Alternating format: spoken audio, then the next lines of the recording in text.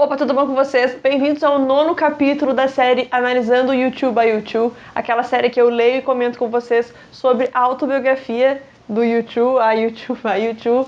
E nesse 9º capítulo, a gente vai retomar onde é que está a jornada do U2 após o lançamento não tão bom do filme Rattle and Hum. No capítulo de hoje, nós vamos passar um pouquinho sobre a construção de Achtung Baby, de Zooropa e a grande divisora de águas, a turnê Zoo TV.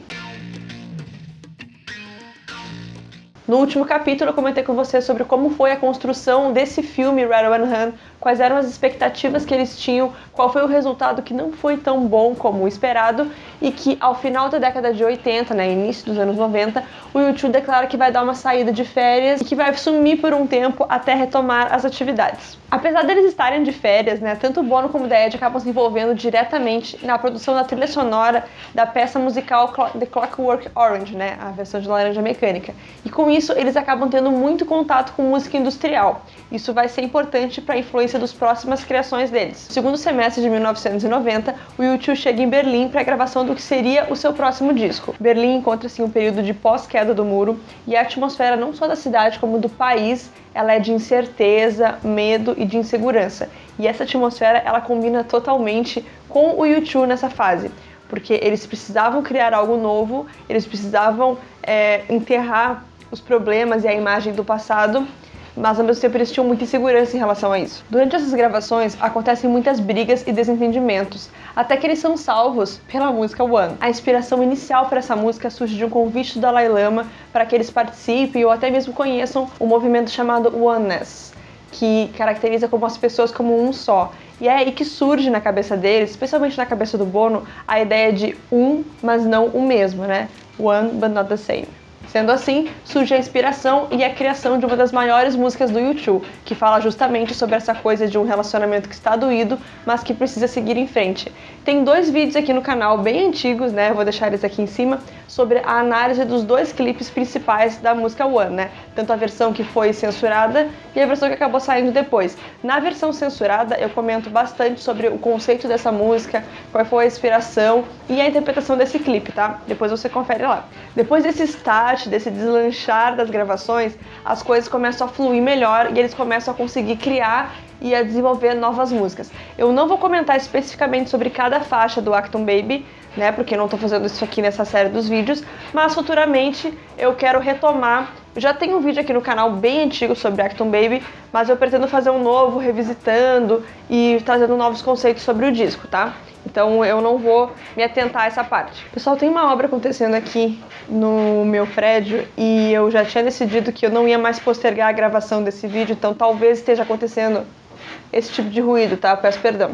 Achtung Baby acaba sendo um dos discos mais difíceis de ser construídos pelo U2, justamente porque ele é um disco mais amadurecido de todos até o momento e também o mais profundo. Eles trabalham temas como espiritualidade, não só mais a religião, como vinha mostrando em Joshua Tree ou nos trabalhos anteriores. Eles falam muito de uma forma irônica e eles comentam especialmente sobre essa transformação relacionada à fama, relacionada a tecnologias e a vários outros temas que vão ser muito ampliados e explorados na turnê Zoo TV. Durante a criação de The Fly, o Bono já começa a ter essas inspirações para a criação do que viria a ser o personagem de The Fly, e isso se deve justamente ao fato de que ele acha que no trabalho anterior eles se expuseram demais, eles mostraram totalmente o lado humano deles e verdadeiro deles, mas isso não teve uma repercussão tão boa, isso não foi tão bem aceito pela mídia, pelos fãs talvez, então eles decidem criar esses personagens para mascarar essas ideias, para que eles consigam dizer coisas sem necessariamente dizer que foram eles que disseram, entendeu? Aquilo foi uma ideia que o The Fly disse, não o Bono, por exemplo. Quando eles estão quase finalizando o disco Achtung Baby, eles já decidem montar a turnê e pensar como que ela seria. Abre aspas.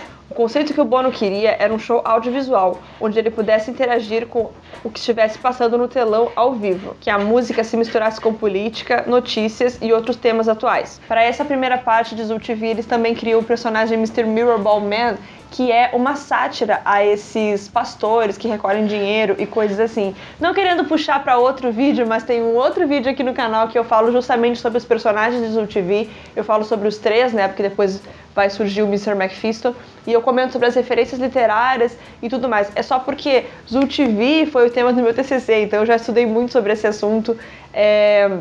Então tem muito material aqui no meu canal separado sobre isso, tá? Eu vou focar hoje aqui no capítulo 9 do livro, então eu não vou me atentar tanto a coisas que eu já falei em outros materiais aqui, tá bom? Eu acho que vocês entendem. Zoo TV acaba sendo muito bem recebida, eles recebem reconhecimento não só dos fãs, como da mídia, mas como de críticos de arte, e o U2 ele é colocado em outro patamar a partir de Zoo TV. Não só de uma grande banda, eles já tinham alcançado o título de banda de grandes estádios, agora eles são uma banda referência, não só como música, mas também como arte, como criação e expressão audiovisual. Logicamente falando e artisticamente falando, isso coloca o U2 no mesmo patamar que o Pink Floyd e que os Rolling Stones, né? Em termos de grandes apresentações, de grande impacto na indústria musical e do show business. Um parêntese, tá? Durante as gravações de Achtung Baby, né, um pouquinho antes deles começarem, o The Edge acaba se divorciando, esse sofrimento dele acaba repercutindo nos outros membros também, e isso já contribui para essa atmosfera insegura que eles estavam lá no início das gravações. Durante a turnê Zoo TV, o The Edge começa a se relacionar com a Morley, né, que é a esposa dele até hoje, que é uma das dançarinas do ventre que aparece durante a música Mysterious Ways. A Morley ela aparece no DVD Live from Sydney, né, de 93, e eu acho que todo mundo sabe disso, mas muita gente não sabe. Eles já estão com a Zoo TV ativa, né, quando ainda está rolando as primeiras apresentações, o Bono e o Paul, né, o empresário, eles decidem colocar em prática um plano que eles já tinham pensado alguns anos atrás, mas que eles ainda não tinham tido coragem de colocar em prática, que é o lançamento 2 em 1. Eles começam a pensar que já que eles já estão na estrada, já que eles estão super criativos, já que eles já estão com muitas ideias a mil, que a crítica está recebendo bem, que os fãs estão recebendo bem, por que eles não lançam outro disco, né? Então eles decidem embarcar naquilo que vai virar Zooropa, né? É um período de muito trabalho intenso, eles praticamente piram em cima porque eles saem dos shows direto pro estúdio para gravar, e aí depois eles dormem um pouquinho, depois eles vão para compromisso de ensaio, então eles passam um período muito intenso da vida deles, acho que um dos períodos mais intensos de gravações, de criações, de tudo. E o disco Zooropa, ele acaba sendo uma sintetização de tudo aquilo que a Zoo TV representa, né? Que é ironia, meios de comunicação, tecnologia, religião vista de uma forma não mais espiritual, a espiritualidade separada de religião e vários outros temas que a gente já conhece, que a gente sabe que eles trabalham em Zoo TV. Tem um vídeo, olha eu de novo, tem um vídeo aqui no canal que eu falo sobre esses temas específicos de Zoo TV e o que eles quiseram demonstrar com isso. E eu comento um pouco sobre algumas outras referências dos telões e os Trabants, né, que também fazem parte dessa construção, que eram os carros da Alemanha Oriental. Além disso, é durante a gravação de Zooropa, né, durante a preparação para essa nova etapa da turnê Zoo TV, que o Bono e o The Edge acabam entrando em contato com o que viria a ser a criação do Mr. Mephisto. Abre aspas. Nós assistimos às apresentações de The Black Rider, um musical, sobre fazer acordos com o diabo, que era um personagem chamado Peg Leg. Visto isso, já começamos a imaginar como esse personagem deveria ser e agir. O Bono já começou a pensar num discurso que dizia algo como: ridicularize o diabo e ele irá fugir de ti. Temer o diabo significa devoção. Eu não vou entrar nas minúcias do que o Mr. Mephisto tem como referência, a parte comercial, as questões da roupa, porque eu já falei nisso do vídeo, já falei sobre isso no vídeo dos personagens, tá? Mas me poupem dos comentários de que o U2 fez pacto ou coisas do tipo, tá? Por favor, tá? Porque aqui a gente abre espaço para diálogo, mas até por ali, tá? Outra coisa muito interessante sobre Zooropa, sobre a criação de Zooropa, é que não só é a música que define o conceito da Zoo TV, mas ela também encerra essa fase do Achtung Baby, essa fase que começou em Achtung Baby. Quando eles começam Achtung Baby com o Zoo Station, né, com a chegada de um trem que eles não sabem para onde vai, que eles não sabem o que está esperando, eles voltam dessa viagem a pé, né, pela música The Wanderer, que é a última faixa, que eles inclusive convidaram o Johnny Cash para interpretar a música, porque eles queriam que tivesse esse ar de experiência, esse ar de um pai contando pro filho o que aconteceu e de realmente alguém que já viveu muita coisa, que agora tem muita história para contar. Exatamente como o U2, após tudo isso, todo esse turbilhão que foi a Zoo TV. A Zoo TV, ela entra para a história do U2, é uma das turnês mais importantes, talvez a mais importante, porque foi depois dela que todas as outras turnês do U2 foram gigantes, todas as outras turnês foram conceituais, todas elas eram tudo pensado, era tudo conversado. Então, Zoo TV, ela tem esse marco para a carreira do U2, para a vida pessoal deles e também para a indústria dos shows sim, porque depois de Zul TV, muita coisa mudou na indústria, muitos outros artistas começaram a fazer muitas coisas baseadas nisso. Vale lembrar que o U2 não inventou a roda, tá?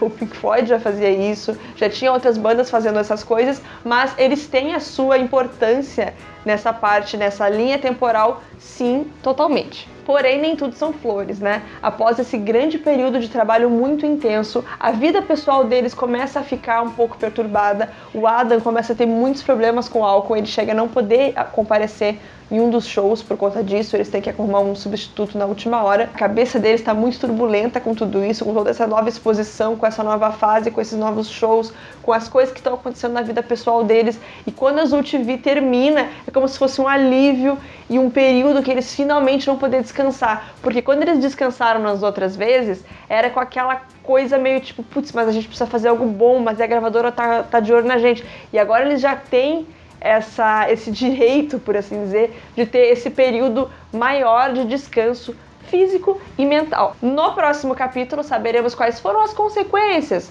positivas e negativas desse período de descanso, quais foram os resquícios da Zul TV nas próximas criações deles e saberemos mais como foi sobre a criação de Pop e Pop Mart. É isso aí, pessoal, espero que vocês tenham gostado desse capítulo. Deixe aqui nos comentários a opinião de vocês. Não esquece de clicar no gostei e se inscreve aqui no canal se ainda não for inscrito, tá? Tchau!